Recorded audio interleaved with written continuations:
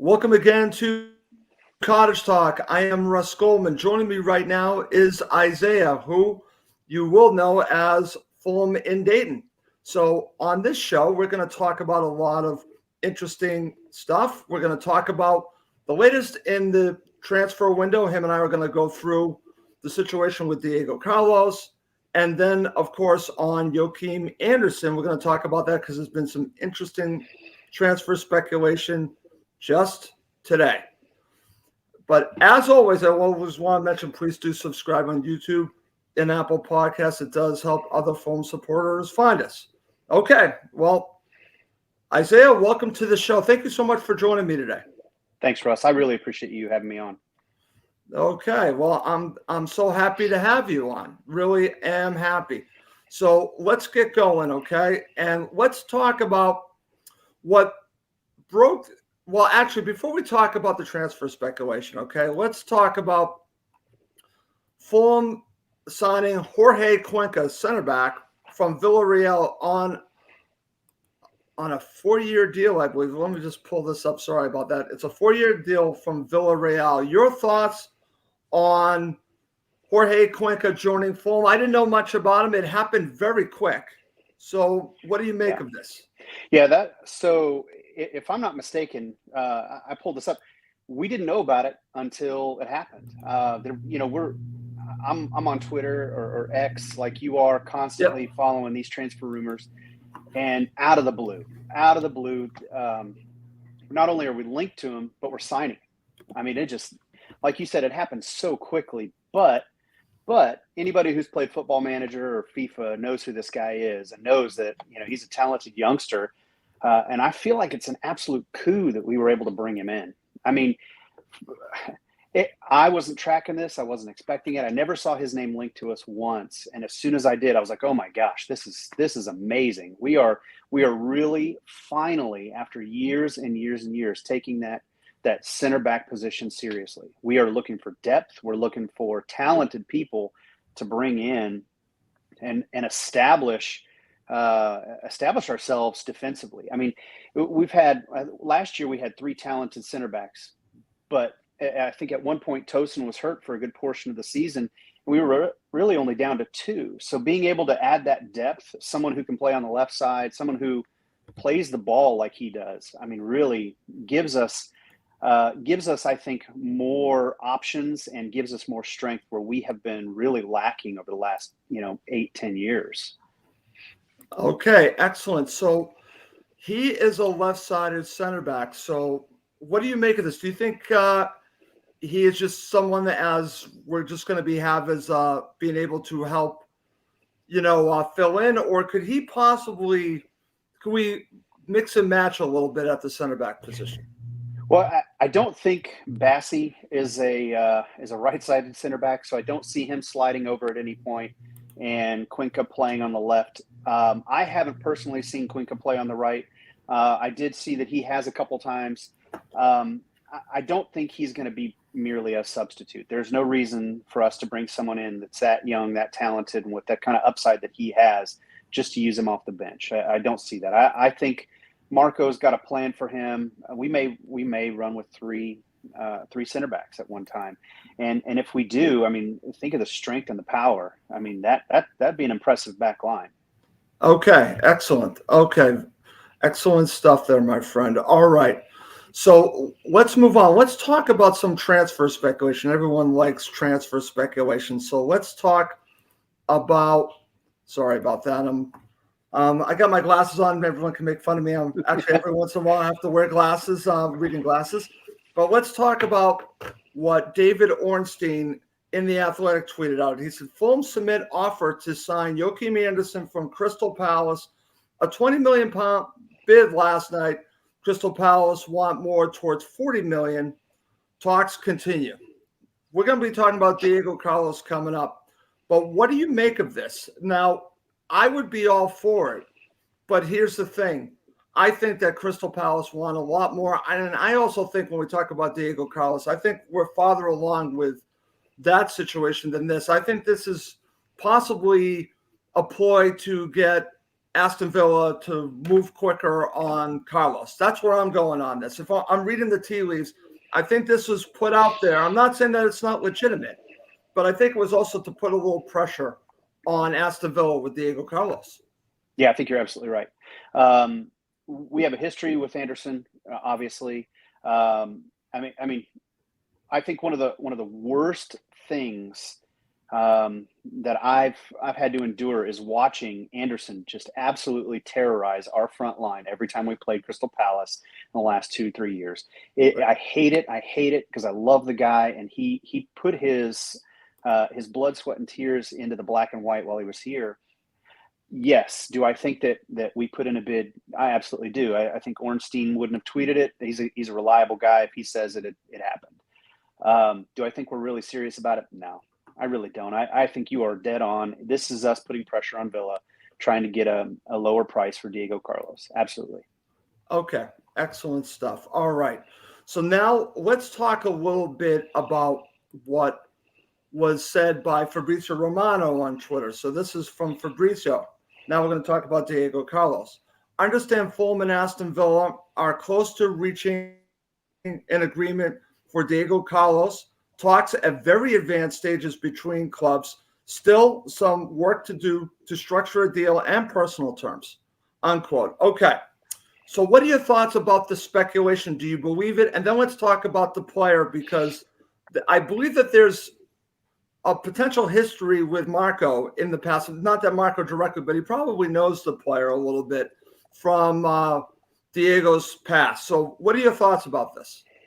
So this is one, I know we've been linked to him for quite a while now, and he'd be an interesting. I don't see him starting. I don't see him taking over for Diop.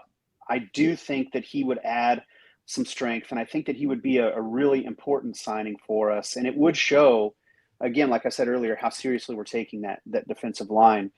I just saw a few seconds ago on X that our friend at Fulham Transfer posted that it may not be as far along as Fabrizio had led us to believe. Okay. Still, I think that one is going to happen, and I like the way that we've addressed so far our targets this window. It doesn't seem like it's scattershot. Like we're trying to sign a bunch of people at one time. It seems like whether it's Ali Mack or Tony Khan, whoever it is that is heading our transfer negotiations, they're taking it one step at a time, one player at a time. They're addressing that one person. If it happens, great. If not, we're moving on to the next. I mean, McTominay is a good example of that. Yeah. I think we got priced out, gone. We're moved on to the next target, and we're handling our business very well this window. And I think he's gonna be here before United. Whether or not he plays, obviously Marco's got a plan, but I think we're gonna have him in the side before United.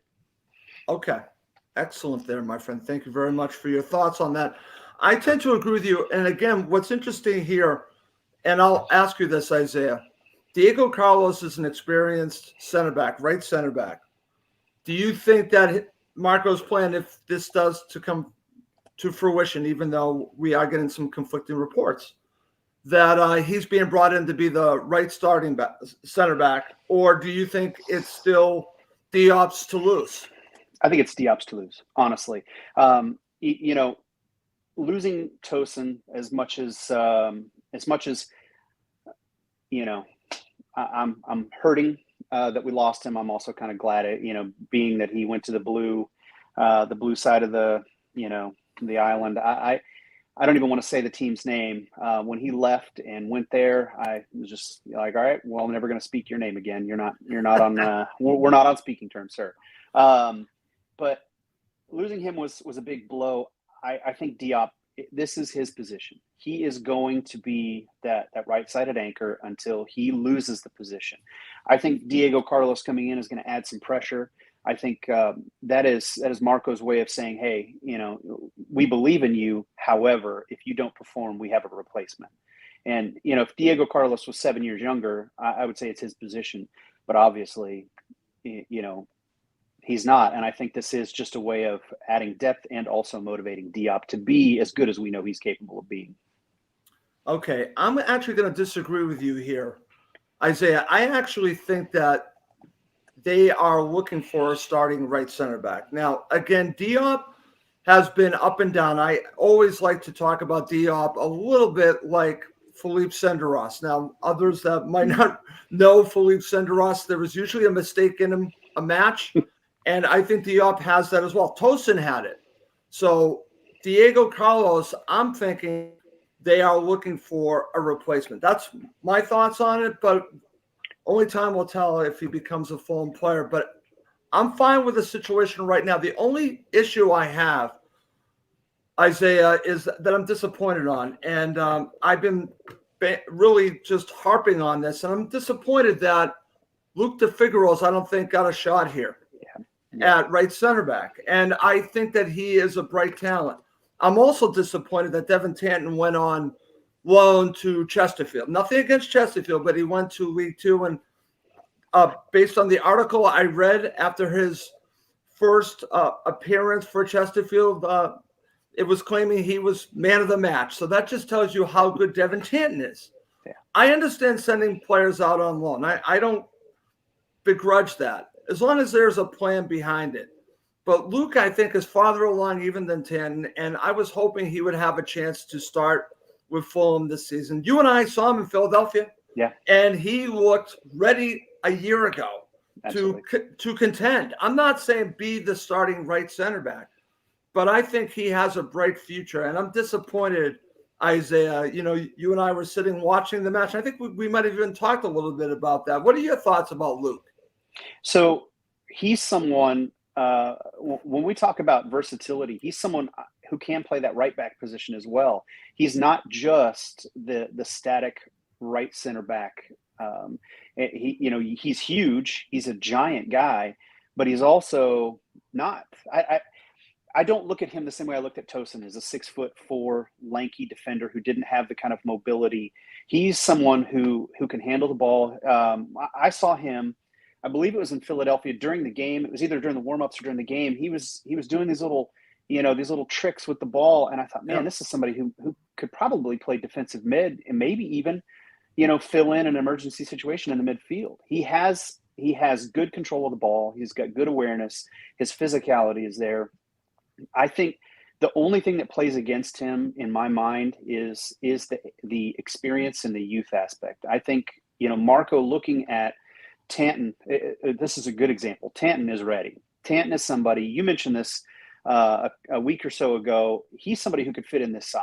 And easily, if we sold Tete, he would easily be on the bench every game. Totally agree. I look at Figueroa the same way. That guy could easily be on the bench. He's somebody that I would put right now, and this is going to be one of my sensational comments. I put him on par with Ream in capability, and I just don't think that he has the same kind of mindset, the same kind of killer instinct, or the experience. And I think maybe a year more. I don't think we should send him out on loan, but if we do, that extra year of experience is only going to benefit him. Okay. And I think he's destined for loan. The fact that he has not featured on these preseason friendlies tells me that. So I think he's going somewhere on loan. He did travel with him, but he hasn't played. So that, to me, tells me that he's going to go out on loan. And that disappoints me, just like the Tanton situation disappoints me. I have a feeling some of this comes from just Marco's philosophy. He allows the players to train. Again, Josh King has featured. You had Marshall Godot featuring, but I don't see them being with again, maybe Josh King might. And that would be a step in the right direction, because I want Marco to basically really get our youngsters more involved with Fulham's first team. And Josh King is, again, that's an exciting player as well. But I want to see more of these young players. Yeah. I think it's a way, Isaiah, for Fulham's future to be more stable, is not just to go in the transfer window, which we're talking about right now, but if you have players that you're developing, why shouldn't they be part of your mix as well? Why, and again, in the case of Jay Stansfield goes out on loan again. I'll be disappointed. I would rather, and this might be a hot take, but I would rather sell Jay at this point. Because if you don't have him in your long-term plans, if he's not staying with Fulham this year, in my opinion, he's not in your long-term plans. So don't delay the inevitable. Just sell him. Do not have that player go out on loan. I just disagree with another loan spell for Jay Stansfield. You know who he is at this point. So I want these young players to be part of the Fulham system. But if they're not, Isaiah, and you and I are used to this, and we won't bore people on sports here in America, especially Major League Baseball, but you have prospects that you use and trades, and that's a similar situation that you can use with players that are not going to be part of your mix for the future. You can sell them. You can move them along. As I said on a prior show, Isaiah, find them a home. But in the case of Tanton, the Frigaroles, and Josh King, I think they're part of Fulham's future. I'm not sure if Jay Stansfield is, though. Yeah, so Stansfield is someone that I have. What was it yesterday? That was the anniversary of his father's passing. I think it was yesterday. And he's somebody that I don't look at him the same way that I've looked at other, Fulham academy graduates or academy players. I look at him as somebody who is destined for the Premier League. He may not be, a world-class top 6, number 9, but he is somebody who is going to perform at the Premier League level for years and years and years to come. I think it is kind of sad to me that we don't seem to have him in our long-term plans. Yeah. He played yesterday in the behind closed doors friendly. Yep. Scored two. I mean, come on. Regardless of who it is that he's playing against, he has that scoring capability. He has it in him to be an incredibly, incredibly talented guy, incredibly talented striker at the Premier League level.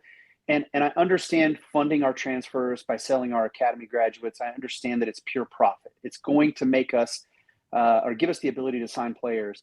But we also don't want to be giving away our talented youngsters on the cheap, especially early in their career. And that's what I think we would be doing. He's only 21. Okay.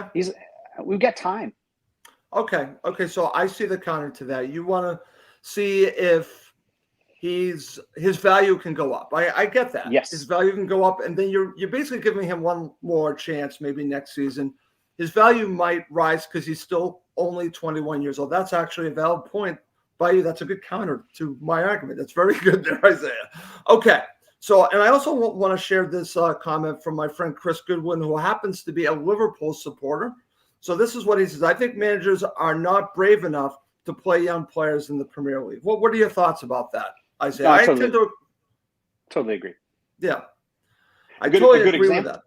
Good example of that is Emile Smith-Rowe. Well, there you go.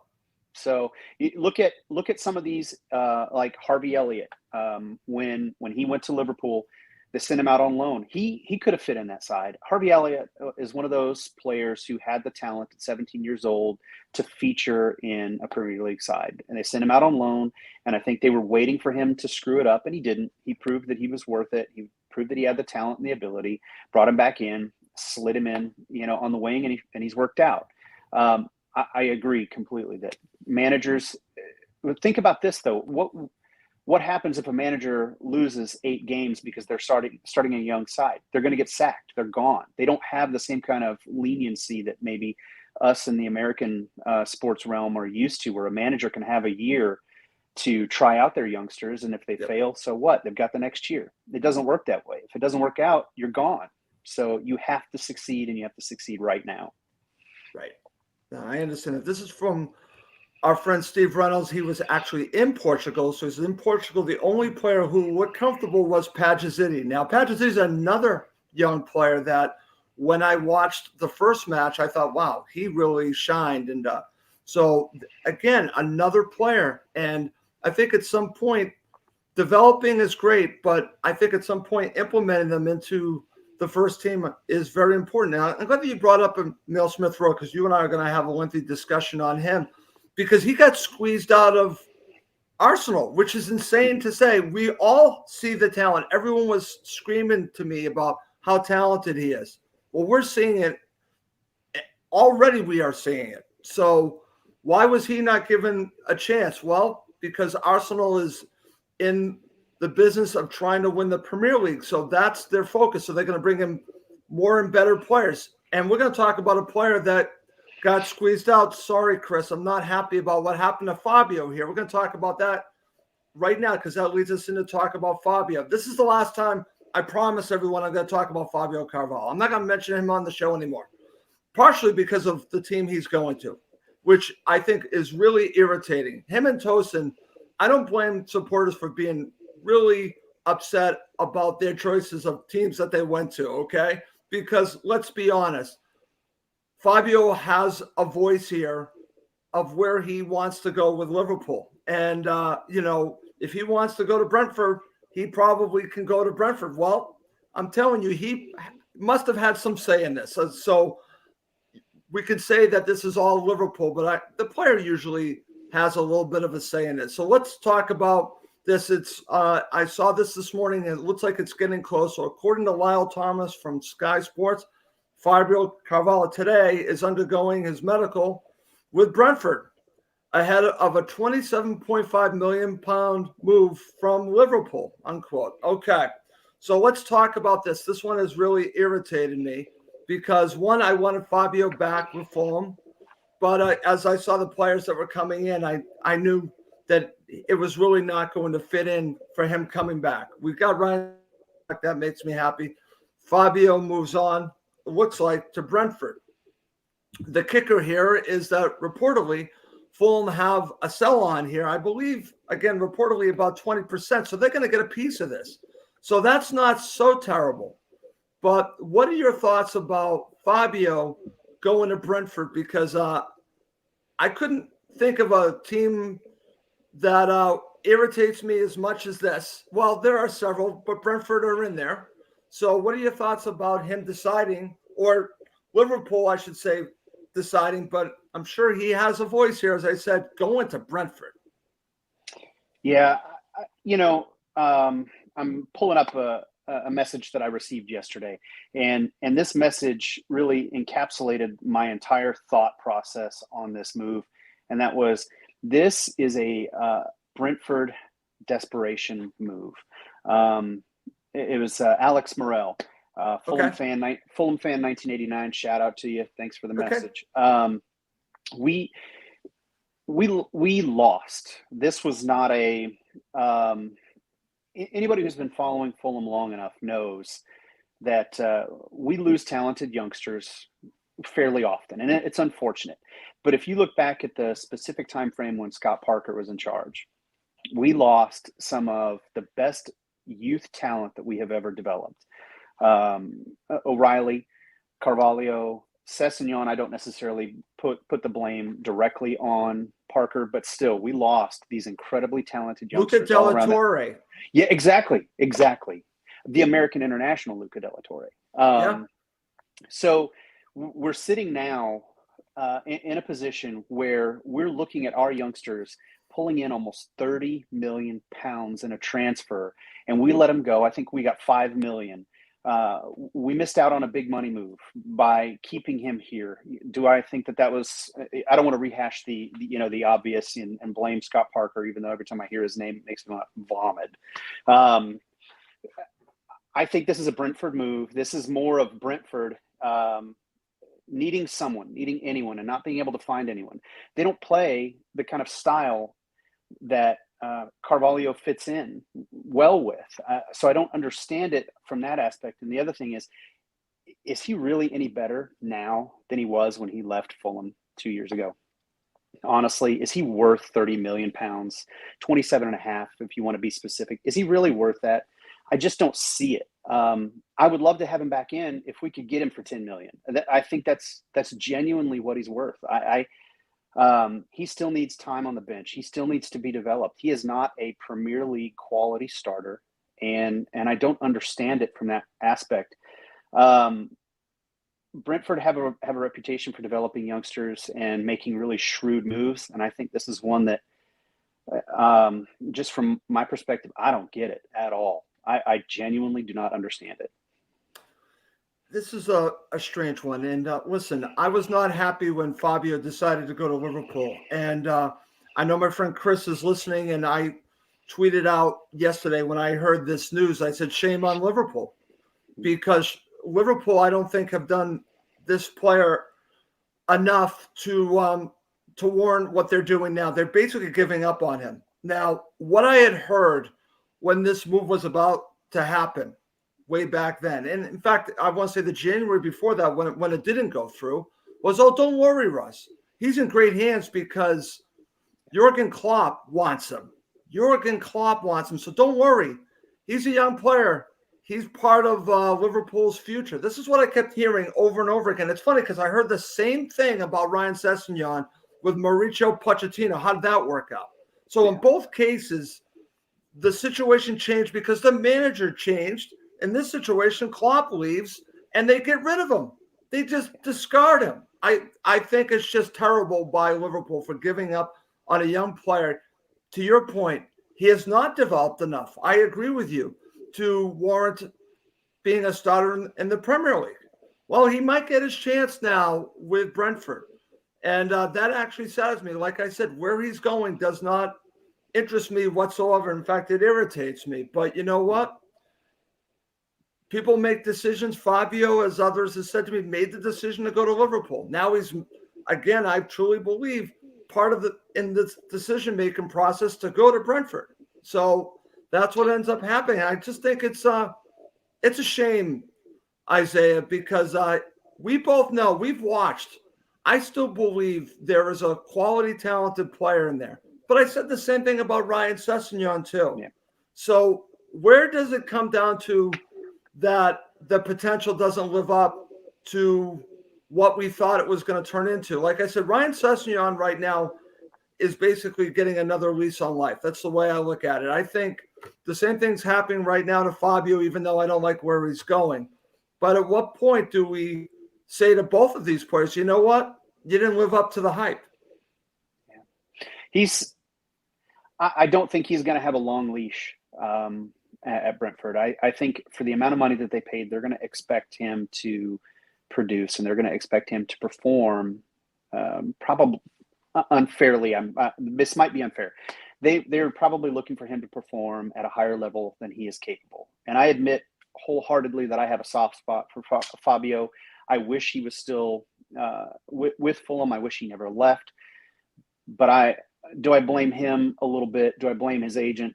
Probably more than him. Do I blame the management at both Liverpool and Fulham? Yes. I don't think anyone has done this kid any favors in his career. Anyone, agent, advisors, anyone. And I think that he's in a position right now where a lot is going to be asked of him, and he may not have the ability to perform at that level yet. And what is it going to do to his confidence? And what is it going to do to him long term if he is brought in on a big money move to a team like Brentford that needs someone to fill a slot? Obviously not where he can play best, but fill a slot, and they're going to put a lot of pressure on him. And if he doesn't live up to it right away, what's going to happen to him? What's going to happen to this kid? Is he going to end up like Sessegnon, where he's cast aside again? I mean, what's going to happen? Okay, I'm going to share this comment from my friend Chris. I would have loved to have known what the plan was for Carvalho when Liverpool signed him. So would I. I would certainly like to know what they have with their intention. Okay. Before we move on, I just want to mention that when Isaiah, you and I decided to do this show live, you might have seen me doing some stuff in the background. Unfortunately, we're not live on X. For whatever reason, X did not go live. So I actually retweeted out. I tweeted out our YouTube post. So hopefully everyone can get on live there, because I was expecting a huge live audience. So if you're on X, or and again, if you're on YouTube, you're probably obviously with us. But unfortunately, X did not go live today, and I'll have to fix that moving forward, because I do not know why it did not go live today. So we don't have as much of a live audience as we normally do, Isaiah, but we have a live audience. So we're going to do our best to put on a great show for them, and then obviously people listening to the podcast, because Isaiah and I have been looking forward to doing this show, and we're going to give you a great show. Okay, let's see what else I got in the comment section. Okay. That's very funny. Blame the Musk. Okay, well, I can do that. Thank you, Chris, for that. I was actually pretty disappointed to start the show, and I couldn't go out live on X. I'm like, what's going on? I've been trying everything I can to make it work, but I could not make it work. But you know what? It's okay. Okay.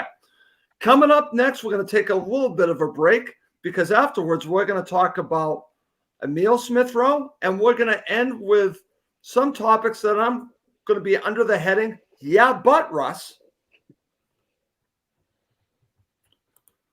Okay, Isaiah, let's move on to the second half of the show. And I talked to you off air that I wanted to spend some time talking about Emil Smith-Rowe. And like I said, I was inundated with Arsenal supporters telling me you don't understand how lucky you are to have this player. And I was, I wouldn't say skeptical. I've watched him play. So I knew that he was a good player. But I'm thinking, how is he going to fit in with the Fulham players? How he's going to fit into Marco's system? Even though here's a player that has so much potential. We're talking about young players. How long is it going to take him to get up to speed? So I think we already have our answer. Not long at all. So, yeah. So right now, let's talk about the situation with Emil Smith-Rowe, because the topic is, do you think Marco is building Fulham around Emil Smith-Rowe? I truly believe that, because before I thought basically the player that affected Fulham the most the last two seasons was João Palhinha, and I thought that he was pivotal to how Fulham played for two seasons. I think that was why it was so important for Fulham to get João 2 seasons ago, so Marco could build around João, make sure he had that anchor, protecting the back four and making sure things go forward. And he did his job extremely well. We still do not have a replacement for João Palhinha. We'll talk about that in Yeah, But Russ. But let's talk about why I think this is a different move by Fulham under Marco. I think it's a move that's going to see Fulham be more aggressive, more offensive with this player, because I'm curious to see where he finally ends up. Is he going to be the number 10? Is he going to play on the left? Is he potentially going to play a little bit deeper? Or is Marco going to try to mix and match him along with Pereira, which is interesting? Is he going to move the two of them around to basically get the most out of them during the match? Are they going to just change positions a lot? It's fascinating, because I think this player is going to affect Fulham, not just this year, but for years to come, as long as he's a Fulham player, because I think they are building it around him. They are going to try to get the most out of him, and the players are going to feed off that. If you've watched the friendlies and you've seen his impact, you can already see the partnerships building up, whether he's on the left, coming from the left, going over to the left. You have him over there. You have Anthony Robinson. You have Iwobi. You have that partnership. But on the right, if you're going to reach him on the right, you have Tete. You have Adama. And then, of course, you have up front, you have either Muniz or our Mexican striker. So you have Jimenez. So you have options. But I think a key part of Fulham scoring goals this season and getting everyone involved is going to be this player. I think he's going to create a lot of assists for his teammates and score a lot of goals. So I think Fulham are building their team this season for years to come around Emil Smith-Rowe. Yeah, I couldn't agree anymore. I think he is going to be. I have a question for you, Russ. Yeah. Do you think we sign Smith-Rowe if we don't have João 2 years ago? Do you think that we have the clout to bring in a player like ESR this summer?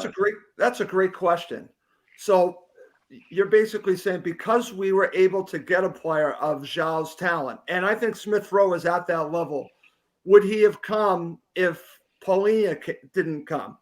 That's a great question. I don't know, because I don't know if Fulham are still in the Premier League without Palhinha, but it's that level of player. So I think what's great about Emil Smith-Rowe, Isaiah, is that he is that talented player. I said Fulham need 3 to 4 players of the level of Palhinha. Well, you've lost Palhinha, so now you need a few more of them. And I think they might be hopefully on their way to getting a couple of them. I would really like to see that. But Smith Rowe is at that level. So for me, I think that probably helped, but I think more importantly, it's Marco Silva. I think the reason why Smith Rowe came to Fulham is Marco Silva. And you've seen the comments. I think he bought into the program, the system that Marco is building here. And I think that he made it clear. I'm paraphrasing. This is my opinion. Marco made it clear to Emil Smith Rowe, listen, we're building everything around you. That's what I think was a selling point to Emil Smith Rowe, the project, because I remember talking about the project. So I think Paulinho coming here helped, but I think Marco's the bigger factor. Absolutely. I think Willian is an example of the draw of Marco. Iwobi, I don't think Iwobi comes if we don't have Marco. Yes. I mean, most Leno, I think, was looking for an escape, but do you think he would have chosen Fulham if we didn't have Marco?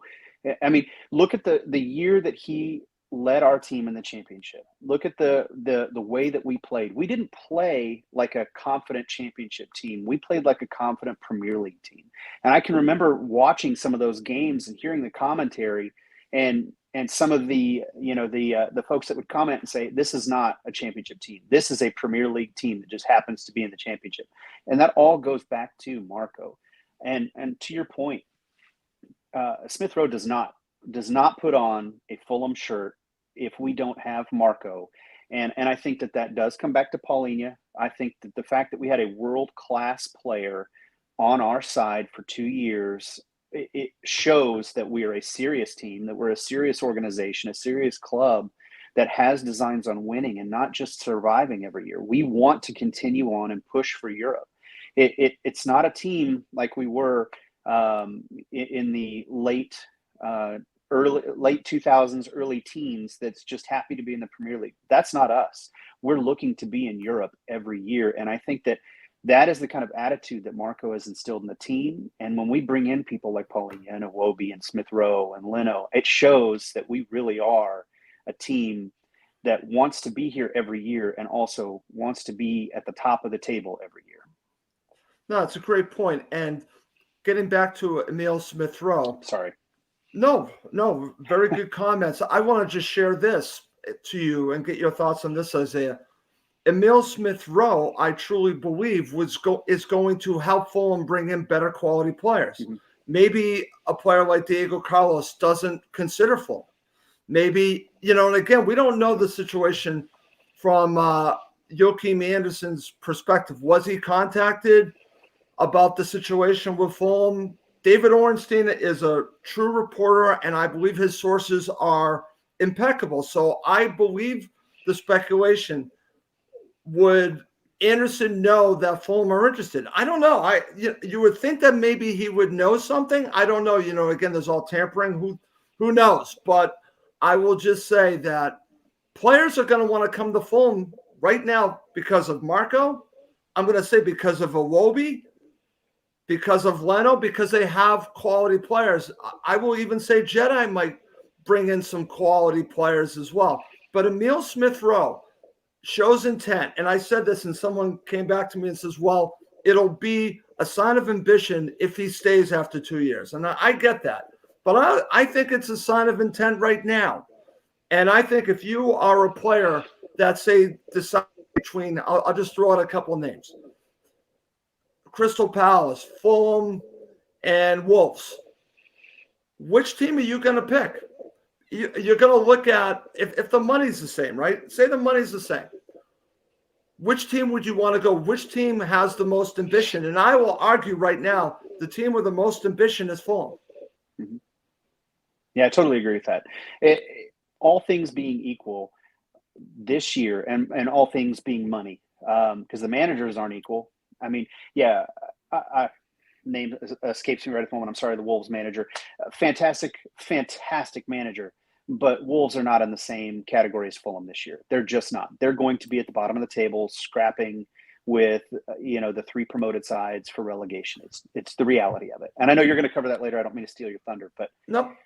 Fulham right now is the bigger team, is the bigger draw, and someone like Andersen, who's been here before, knows knows the organization, knows the club, if he's given an opportunity to come here where there's a chance that we could end the season high enough to play in Europe next year, or he could be at Palace where they might be 15th, 16th in the table, I I think that he's going to choose Fulham every day of the week. It's just I can't see a scenario where someone is going to choose Palace unless there's something outside of our control. They're going to choose Fulham every time. Right now, they're going to choose us because they know that we take it seriously, because they know the style of play. I mean, honestly, Russ, we've been following this team for a long time. Have you seen a more exciting? I mean, I look back at the Slavisa years, the beautiful passing.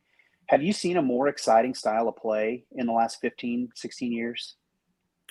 I would argue no. And I'm glad that you brought up Slavisa, because those are some of my favorite seasons. And stylistically, those were great. And I thought last season, I actually preferred Isaiah last season to the season before that, even though that was a better season record-wise.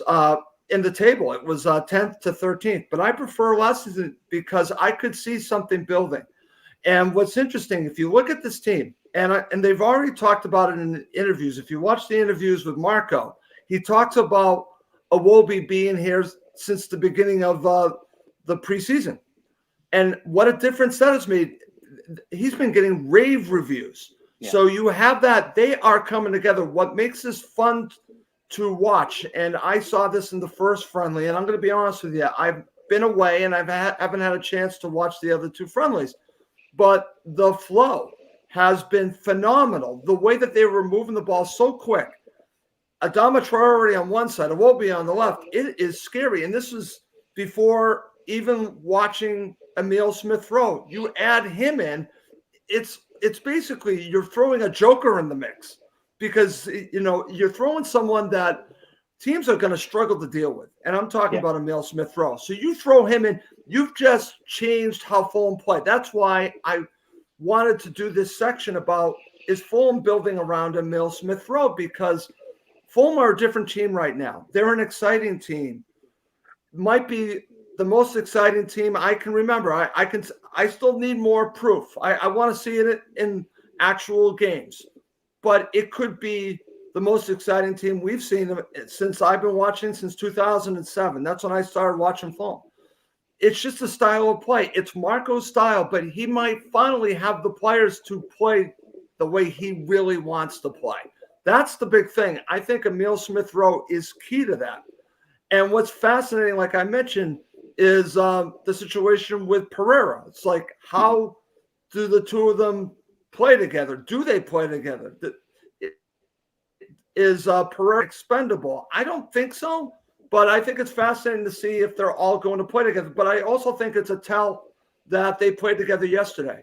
I would expect this to be your starting 11 or close to it against Manchester United. It basically is, a dress rehearsal. Yesterday was a dress rehearsal. And I think they passed with flying colors. I didn't see the match. I've heard mixed. But the fact that they were able to score some goals and also get a clean sheet, and on top of it, basically just get 90 minutes in their boots, I think is very important. It's not all about style at that point. And you're on the road. You're in Germany. You're not at home. So I look forward to seeing this team. I cannot wait to Friday. I got to be honest with you. Yeah. I'm not going to predict the game today, but I'm excited about this. I really am. I have a good feeling about Friday, but we shall see. It's the first game. And like I said, I will be previewing the upcoming season probably over the next couple of days. But I'm excited, Isaiah. And I think Fulham supporters, we're going to be talking about coming up next, the but I think if you go beyond the but, we'll talk about that. Even the situation right now, you should be excited, Isaiah. Yeah, so two things I wanted to bring up to you. I don't know if you follow Fulham as closely, the club page, but looking at how this team interacts with each other, the relationship that they have, I don't know that we've seen this kind of insight from from any kind of social media or anything. We haven't seen this kind of relationship between the players in the last couple of years. I feel like this team is closer. I feel like they're, when you bring in Smith Rowe, who's played with Iwobi, who's played with Yep. Leno, he just slots right in, not just on the field, but he slots right in the clubhouse. He fits in is relationally with these guys like he's known them for years.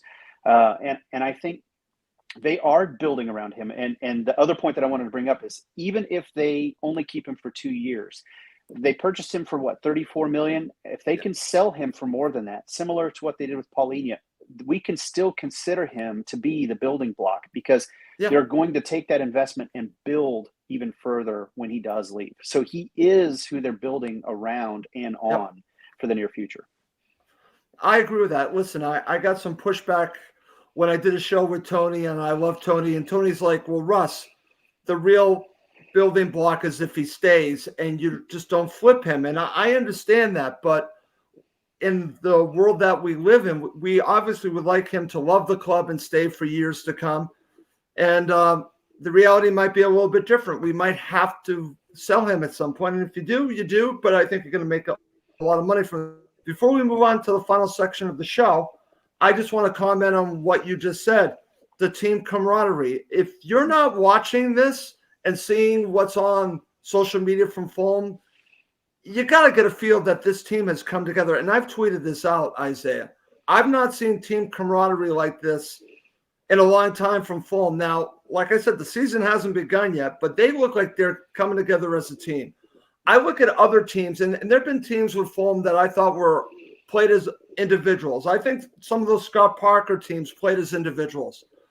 I think there were factions among those teams because of our manager, Scott Parker, okay? I don't think that there was this core togetherness.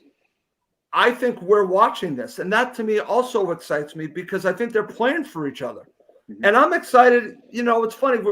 We shouldn't downplay this.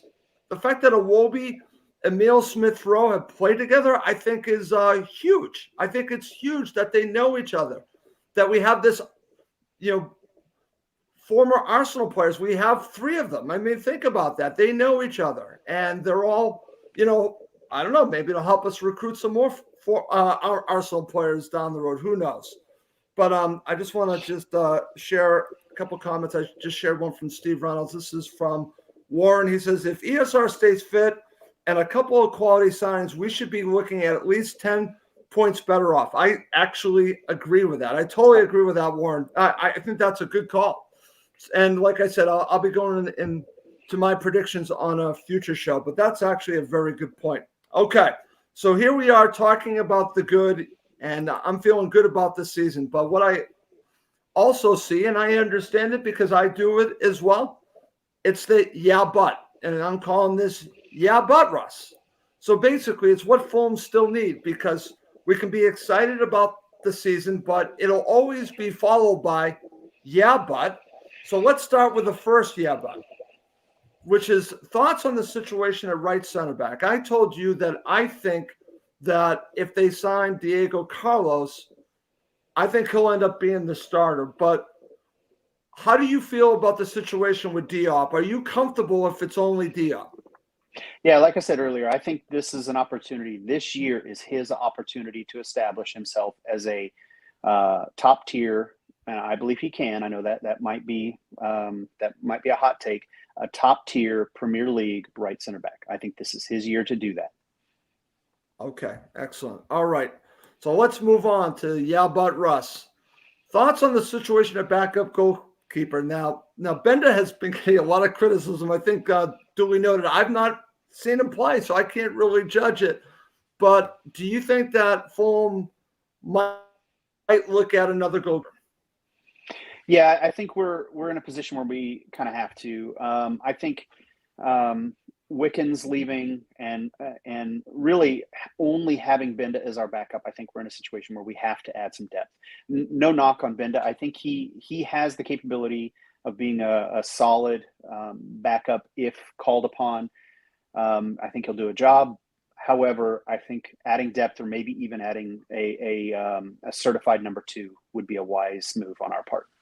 Okay, excellent stuff. All right, let's talk about conversation I think I have with Tony Gold every single time I talk to him on and off air, he wants to talk about the striker position. Now, Rodrigo Muniz, I talked to Tony off and says, well, he has his purple patches, but can you count on him for the entire season? What about Raul Jimenez? Can you count on him? So, and my friend Steve Reynolds mentioned it today that we probably need another striker. So what are your thoughts on the striker position? Yeah, this is I really want, like I can feel it in my chest. I just want to explode and say, Rodrigo Muniz is our guy. I also hesitate. I believe that he is working his way into being the striker, the guy. But I think realistically, we need to have more depth. I don't think Raul is getting. Well, he's not getting any younger. He's not who he was when he was with Wolves. We saw that last year. He can score some goals. He can poach one or two. He's got the capability. He doesn't have the same pace. He doesn't have the same heading ability. He doesn't have what he used to have. Is he a good option, striking option for us long term? And long term meaning this season, no. And then if we let Stansfield go out on loan, I mean, legitimately, what do we have if Muniz gets hurt? God forbid, if Muniz gets hurt, then what? Yeah, and that's actually a very good point. And I'm glad that you brought this up because I think that this is significant. And I don't think there's been enough talk about the fact that Rodrigo Muniz got the number 9 shirt. I think that speaks volumes. I don't think they give him that if they didn't believe in him. So I think they believe in him. But to everyone's point that I've talked to about this, their fear is 1, injury, like you mentioned, and 2, that he's going to go through a drought. And don't you need protection from that? Don't you need to hedge your bets?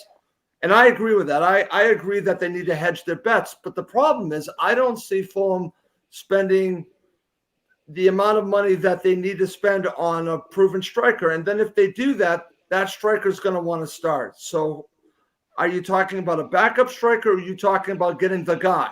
Because if you're talking about getting the guy, a proven striker, they never got that striker. They never used that Mitro money for a quote-unquote replacement.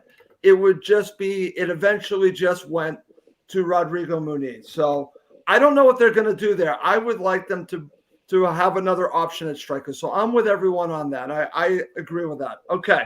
So to end the show, of course, we got to go to the elephant in the room. We got to talk about Joao having no job. So what do we do here, Isaiah? What do Fulham do here? Because what is the plan? Is it going to be Sasa Lukic? Is it going to be Harrison Reed until we find a replacement? I'm sick and tired of seeing anything related to the name Andre. Okay, I don't want to talk about that person's name anymore unless he becomes a Fulham player. Okay, I am sick and tired of the name. Nothing against Andre. He looks like he's probably going to be a very good player. But I don't want to have a conversation about that. I just want to have a conversation on what you think needs to happen here because they need a defensive midfielder. You cannot let your best player go without replacing him. Now, Sasa Lukic can do a job. Harrison Reed can do a job. If they sign Emil Smith-Rowe and don't get a replacement for Paulinho, shame on Fulham, okay? I'm going to say it right now. They need a replacement. I don't know who it is. I don't want to mention that player that I'm not going to mention anymore. Is it going to be Calvin Phillips? Is it going to be McTominay? Those have all gone quiet. I don't know. In fact, I actually had a Fulham supporter who is, I know, watching live right now suggest to me, because you know what, Russ? Joachim Andersen has played defensive midfielder before. I'm like, no, they wouldn't do that. They would not do that. They wouldn't do that. But they need a defensive midfielder, my friend. I don't like going into the season with the options being Sasa Lukic and Harrison Reed. I think they can get by. I think that they can go to Manchester United, go to Old Trafford and win without that player. I truly believe that. But you're talking over a course of a season, no way. They need a defensive midfielder. So I know you saw this. Sky Bet has Fulham is a 1-3 favorite for Calvin I, I Phillips. did see that. Come on. I mean, this is like this is going to turn into, like I mentioned when you were talking about the Emil Smith-Rowe signing a couple weeks ago. This is going to turn into our that catastrophic year where we were looking for a striker and we had Diego Forlan. We had all of these names linked, and no one came through the door. And I think we ended up with Rui Font. No offense to him, capable guy, just wasn't what we needed and couldn't score the goals we needed. Right now, that defensive mid position, I know in my heart that it's going to end up being Lukic for the Manchester United game. Yeah. What else do we have? Do I think he's going to be the guy long term? No, I don't. I think it's going to end up being the Brazilian, he who shall not be named. Thank you. It is going to be him. I'm quite confident that some of this sell-on money, you hear this kind of bantered about that the sell-on money from Carvalho is going to be used to up the bid. I think that's legitimate. I think it's going to happen. I hate that it's gone on like this. We always have one person in the window that gets dragged on and on and on. Every window, something like this happens. Either it's an outgoing or an ingoing. There's always that one person, and this is that instance. I feel good that we've moved on from McTominay because I don't think he's a defensive midfielder. I don't, and I'm glad that he's not being mentioned anymore. Okay. If it ends up being Phillips, no heartache. I think he can do a job for us. At this point, we cannot just bring in a body to bring in a body. And I think this goes along with what you were just saying. We have to spend that money. We have to spend it wisely, and it has to be someone who can perform at the Premier League level and who can provide that midfield anchor that we need. I'm there with you, and I'll also mention a name that it's gone quiet on him, but Vinicius Souza from Sheffield United is another name that actually everyone says is probably the closest player that's to compare to João. So that is not something that I'm against. But I'm also would be for that player that I won't mention to come to Fulham. But what's going on with all of this, which is driving me crazy, that it's partially has to do with the media in Brazil. It's just driving me crazy, but also has to do with how Fulham do their business. Now, I have to give them a lot of credit. I want to give them a lot of credit for getting players in, but they do it in a certain way that's very reminiscent of my team here in New England that plays a different sport, that they are looking to win the deal. Now, one thing that I do know that I can actually know, I know this because Tony actually told me this. Yes, I spoke to Tony Khan. He was on the show several years ago, that he is very close to the Kraft family that owns the New England Patriots. The Kraft family and the Khans are very close. And you could tell in their business models are actually kind of close. They want to win business deals. It's important to them. I could give a flying fart about winning the business deal. Get the player. So that's what's frustrating. I agree with you that they might end up getting the player. But you know what? Get it done. Stop haggling over $5 million or whatever it is. Just get it done. You don't have to win the deal to say, hey, look at me. I won the deal. Enough with this. Get the player because it can affect your season. This team is on its way to potentially having a team that we could be very memorable in Fulham history. I think that they have the spine there, but they need other additions. And if you don't get the additions quickly enough, then you're going to hurt yourself. So F with winning the deal crap and get the player in. I'll just end with that. That's just it's my pet peeve, Isaiah. I just don't like that practice that when you're fighting over, say, $1 million or £2 million, I know it's not my money. Just get the deal done. Just get it done. Just say, you know what? We've haggled enough. We'll come up a little bit. Let's get it done. The only counterpoint last year, Iwobi. Last year, it got dragged out, and he came in after the deadline, and he worked out pretty well. So I give Tony credit. I want to be his harshest critic every single window. I want to curse his name. However, he comes through for us. Even winning or losing a deal, he comes through for us. No, I will give him credit. I will absolutely give him credit because I'll be critical of him when it's deserved, and I'm doing a little bit there, but I will actually basically balance that out with giving him credit, and he deserves credit. He absolutely deserves credit. It's easy to go at him. It's very easy. But you know what? It's probably harder to be honest and say, you know what? He's made some good business deals too. He's brought in some great players. So you know what? If you're going to give him criticism, you got to praise him too. You got to balance it out. So I will praise him too. Very good. All right, my friend. Wow, that hour flew by. I just want to thank you, my friend, for doing the show with me. I hope you've enjoyed it. Loved it. Every second of it. Loved it. Thank you so much for having me. No worries. And I want to end with just mentioning that Isaiah on Twitter is Fulham in Dayton. Please follow him if you haven't already. I met him in Philadelphia last year, and we've been talking about for a while getting him on the show. Today is the day, and I hope you come back again. Awesome. Thank you, Russ. Okay. Well, that's going to do it for this episode of Cottage Talk. Please do subscribe on YouTube and Apple Podcasts. It does help other phone supporters find us. Well, that's going to do it for this episode. My name is Russ Goldman. He is Isaiah. Thank you again for always watching and listening to Cottage Talk, part of the TalkSport Fan Network.